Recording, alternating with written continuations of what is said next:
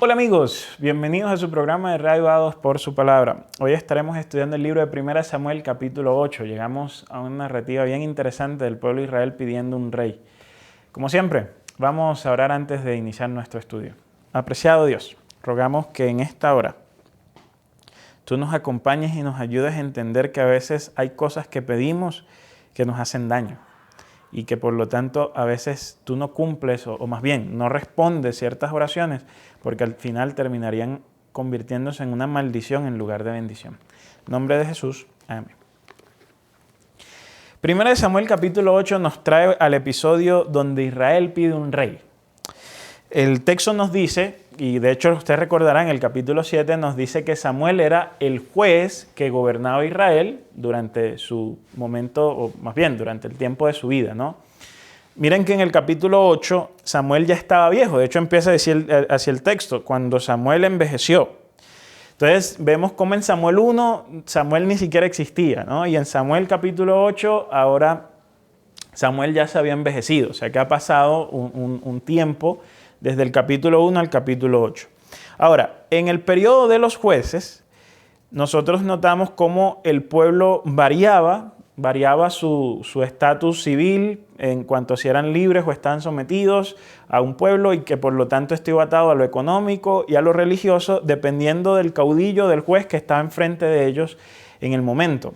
Cuando había un buen caudillo, el pueblo gozaba de una buena vida. Cuando no, pues entonces el pueblo vivía de forma miserable.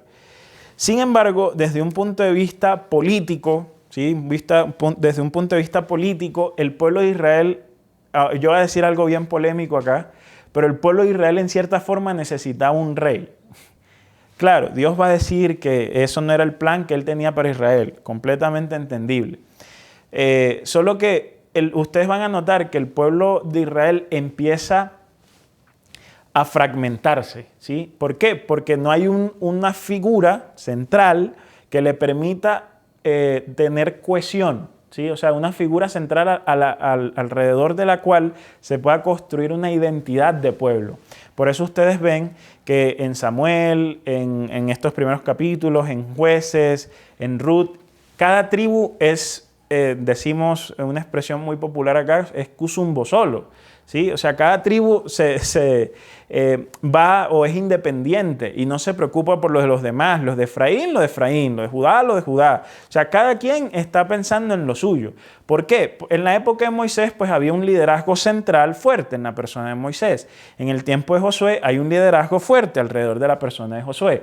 Pero después de que Josué muere, como cada tribu entonces toma posesión de la tierra, cada tribu tenía un jefe, entonces, y los jefes pues tenían dentro de las tribus habían clanes, entonces eso empezó a fragmentar a Israel y ya Israel no tenía una identidad como nación ni como pueblo. Además de esto, ven cómo cuando Moisés y Josué estaban, el centro del Señor, el culto al Señor estaba centralizado y era efectivo. Pero ahora se habían proliferado los altares a Yahvé, que esto era algo incorrecto. Dios había dicho que solo iba a tener un altar, que era el de Silo.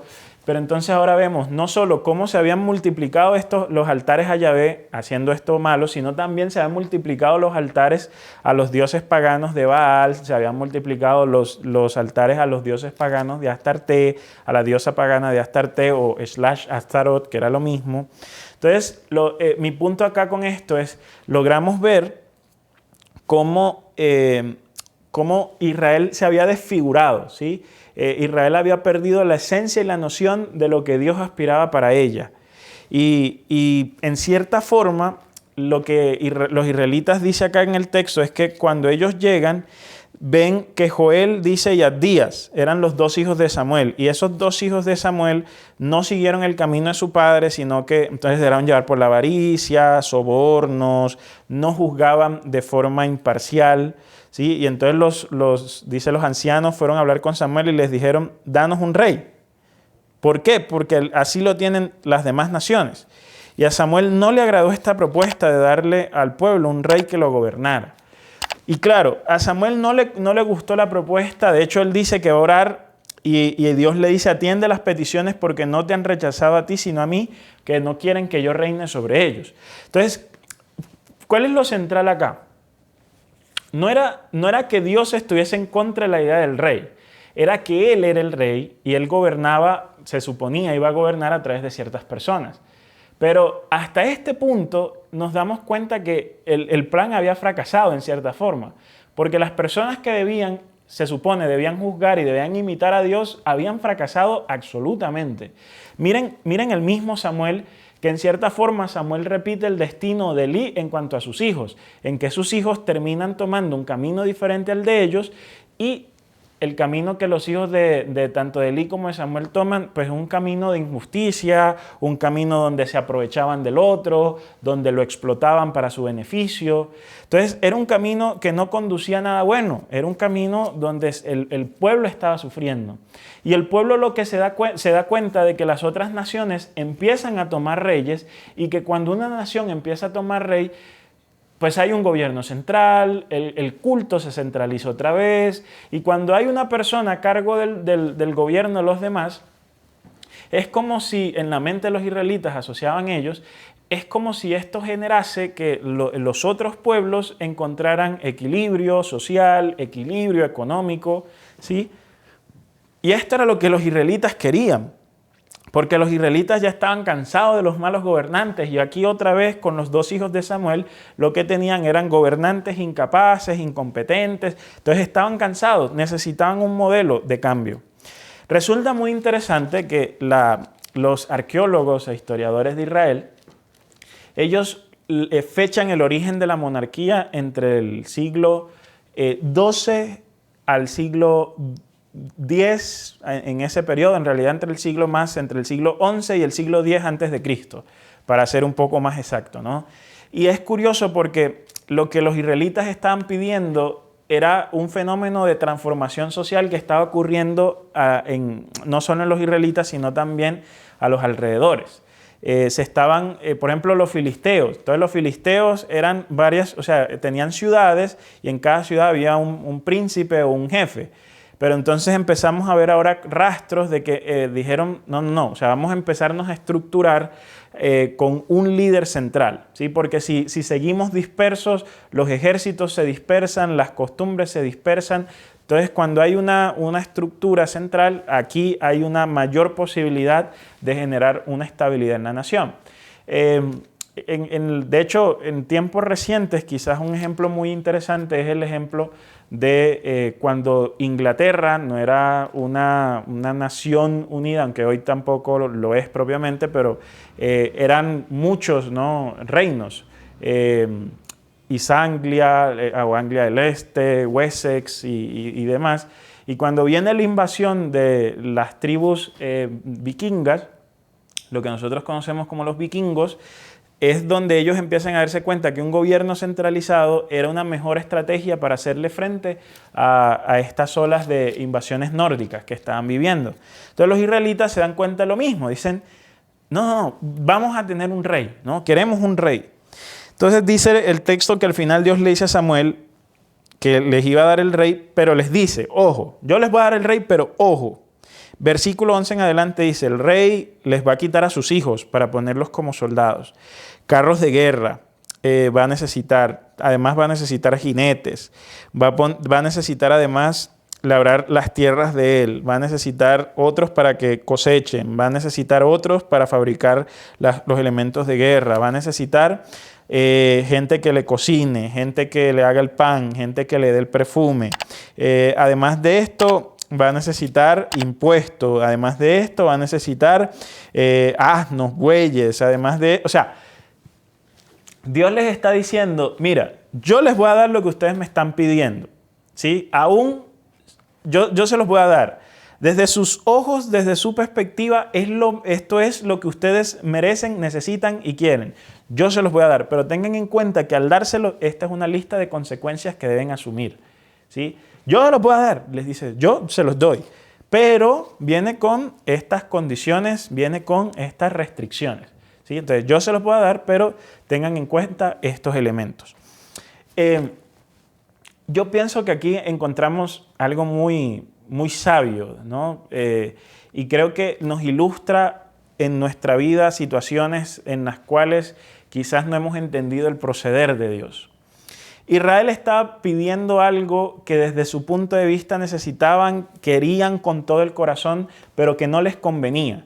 De hecho, cuando nosotros vemos las advertencias que le hace Dios al pueblo de Israel en el capítulo 8, vamos a notar que con el paso de la narrativa en el Antiguo Testamento y cuando entremos al libro de los Reyes y al libro de Crónicas, vamos a notar que efectivamente los reyes que van a reinar sobre Israel y Judá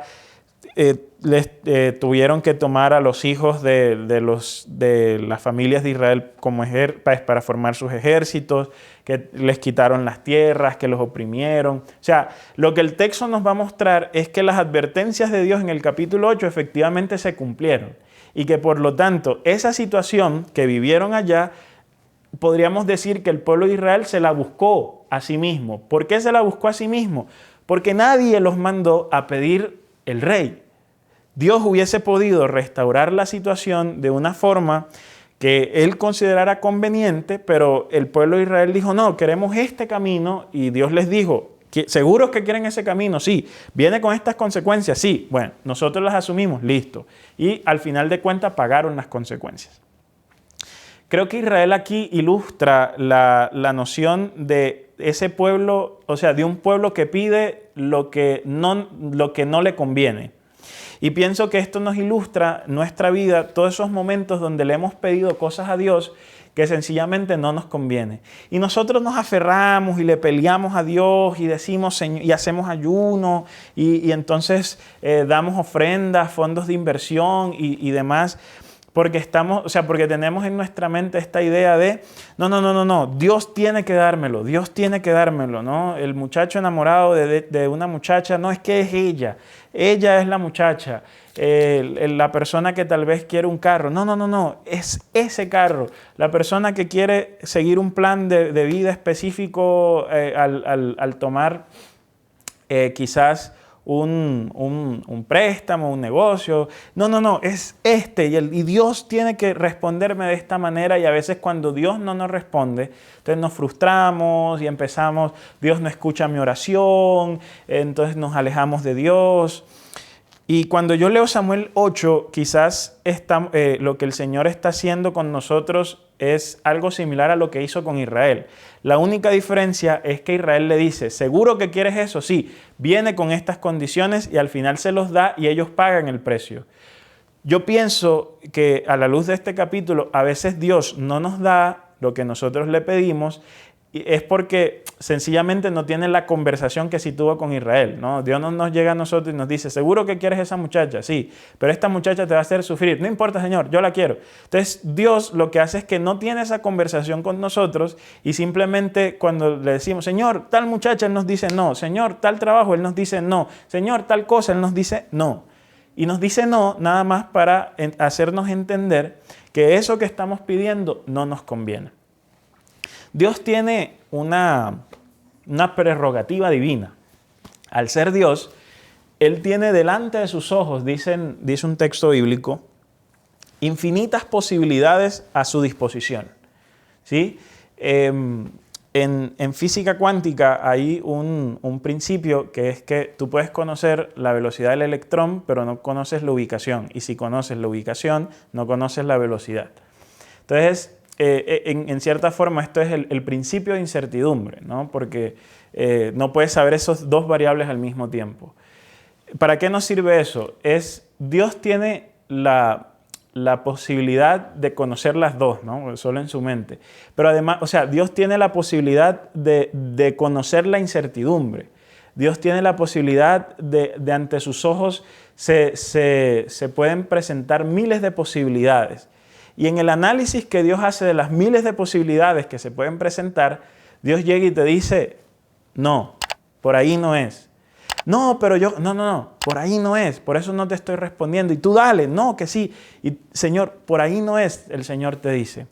Porque a veces, como nosotros, nuestra mente es incapaz de entender todo lo que involucra la probabilidad. Entonces, por eso utilicé el ejemplo de la incertidumbre. Como nuestra mente a veces se concentra, por ejemplo, en el lugar del electrón, no entiende la velocidad del electrón. O a veces se concentra en la velocidad del electrón, pero no entiende el lugar donde está. Solo Dios puede conocer las dos. Entonces a veces nosotros nos fijamos con algo, pero ignoramos el resto. Pero como Dios tiene el panorama claro y nosotros no, nosotros pedimos cosas que no nos convienen. Y que solo con el pasar del tiempo, cuando miramos hacia atrás, entendemos el por qué las cosas se dieron o no se dieron, ¿no? A veces yo recuerdo que yo le pedía mucho a Dios una beca para yo no tener que prestar en el banco y tener que pagar mucho dinero por mis estudios, ¿no? Para el doctorado. Y Dios nunca me respondió en el momento en que yo le pedí con una beca. Y después entendí por qué. Había una serie de elementos que yo necesitaba aprender que no hubiesen sido posibles si Él me hubiese dado una beca. Entonces yo estaba pidiendo algo que era bueno, algo que yo necesitaba, pero Dios me dijo no.